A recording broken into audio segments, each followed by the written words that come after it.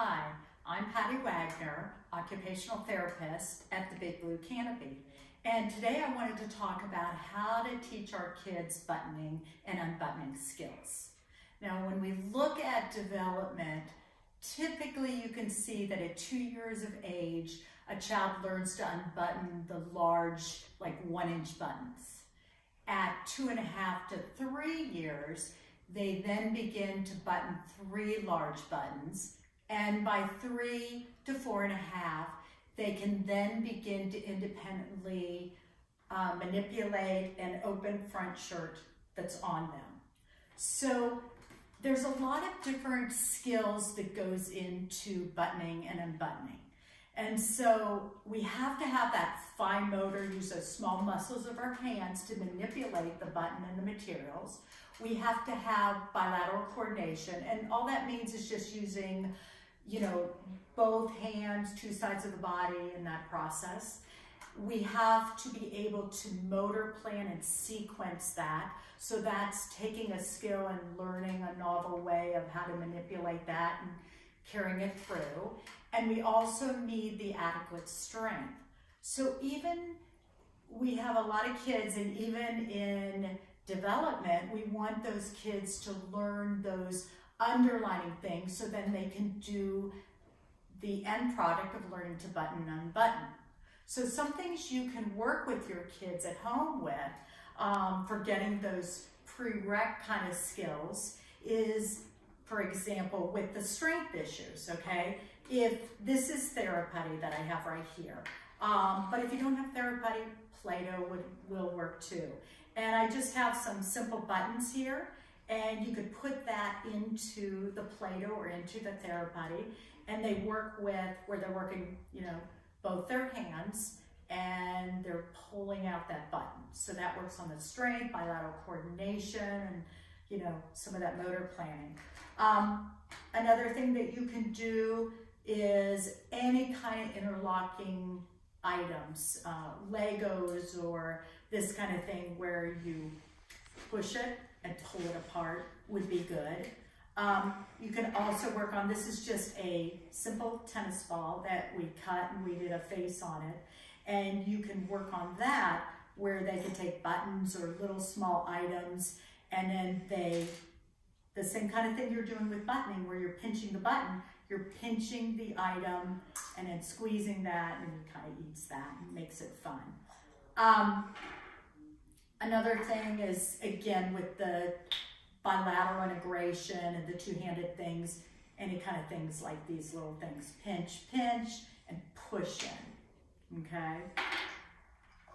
Clothespins, or this is a little bit fatter, which I like, because it teaches them that kind of pinching activity. Again, same thing you do with the buttons, and they could pick up little pom-pom balls or whatever you have, that's just, and make it fun for them to do that. Another thing that you might have at home that makes it real simple is these are just colored popsicle sticks, and it's the same kind of thing where you're, instead of a button, it's a popsicle stick, and you're finding the opening and then pushing that in. And I also did kind of simulating the same thing we do when we learn buttoning skills, is that these are just foam round pieces, and I'm just doing the same kind of thing, putting in the same kind of orientation that I would do when I'm teaching the skill. Okay, so pinch, find the hole, push it through. Pinch, find the hole, push it through. So that's a good way to work on it.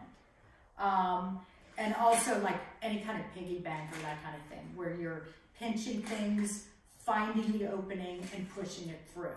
So those are just some examples before you even start with teaching them the buttoning skills. So let's now look at the actual teaching. When I teach buttoning skills, I always, I don't do it when it's on them. I start when it's in front of them to make it as easy as possible. And I will, depending on if they're right hand dominant or they're left hand dominant, or maybe they haven't established a hand dominance, but you really want to make sure that you do the hand that they're more comfortable with. That's the hand that's going to pinch the button, okay? So, with that being said, I am right hand dominant, so I'm going to turn the button board this way, okay? And what I like to do is I like to kind of sit behind them, so I'm helping them to kind of motor plan the action. So, and I give them verbal prompts, but I'm also giving them physical or tactile prompts to help them to learn to kind of motor plan and coordinate that activity. So, and I start as simple as possible. I like to, if I'm doing a dressing board, I like to kind of put, you can see I did a little black mark there, just kind of where you pinch. So I'll go pinch, pinch, open up the mouth, and push through. And I'm behind them, kind of showing them that motor action, and we do that together. Pinch, pinch, open up the mouth, and push through. Pinch, pinch, open up the mouth, and push through. So I want them to learn to unbutton before they button. When they can learn to independently, without prompts, any verbal or physical, that they're doing that, we then work on the buttoning part of it. So with that, I will do the same kind of thing. So I pinch the button, open up the mouth, push through, and pull. It's a little bit more complex. That's why I start with buttoning first. Pinch, open up the mouth, push the button through, and pull. Pinch, open up the mouth, push the button through, and pull. Same kind of thing. You give max verbal, you help them with the physical part, so they motor learn and they sequence that, okay? When they're able to do that independently and without that, then you can start with the clothing on them. So then I will bring, now some kids, it's even hard for them when we go from this to on their shirt, okay? So sometimes I'll even do the dressing board and I'll tilt it this way because it's a different angle, different orientation. And then I'll kind of go like this. So the same kind of thing. Pinch, open up his mouth, and push through. Pinch, open up his mouth, and push through, okay? And I always start with larger buttons, and then I will move to, when they've got that independently, I will move to smaller buttons.